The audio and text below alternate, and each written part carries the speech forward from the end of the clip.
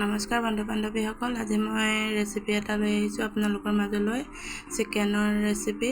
প্ৰথমতে মই চিকেনখিনি পানীত নিমখ অলপ দি পেলানি 15-20 মিনিটমান তিয়াই থলোঁ। তাৰপিছত হালধি, ভিনেগাৰ, নিমখ দি মেথি লৈ ঢাকি থলোঁ। তাৰপিছত আদা, নহৰু, পিঁয়াজখিনি গুচাই ৰেডি কৰি ল'লোঁ বনাবৰ কাৰণে।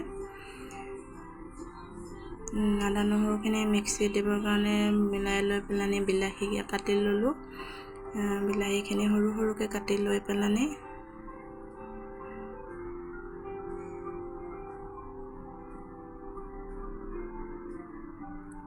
তাৰপিছতে মিক্সিত আদা নহৰুখিনি দি ল'লোঁ।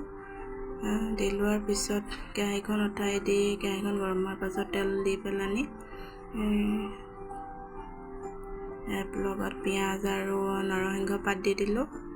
নৰসিংহ পাত দিয়াৰ পিছত অলপ সময় ব্ৰাউন কালাৰ হোৱালৈকে এনেকৈ ভাজি থাকিম। তাৰপিছত নহৰু আৰু আদা পিচাখিনি দি দিলোঁ। দিয়াৰ পিছত মাংসখিনি তাত দি পেলানি অলপ সময় এনেকৈ ভাজি থাকিম।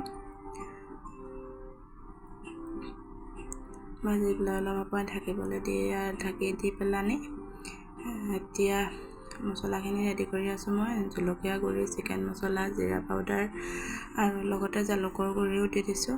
বেলেগ মছলা এড কৰা নাই। দি পেলানি এতিয়া মছলাখিনি দি দিম। মছলাখিনি দি ভালকৈ মিক্স কৰি লোৱাৰ পিছত তাৰপিছত লগতে বিলাহীখিনিও দি দিলোঁ।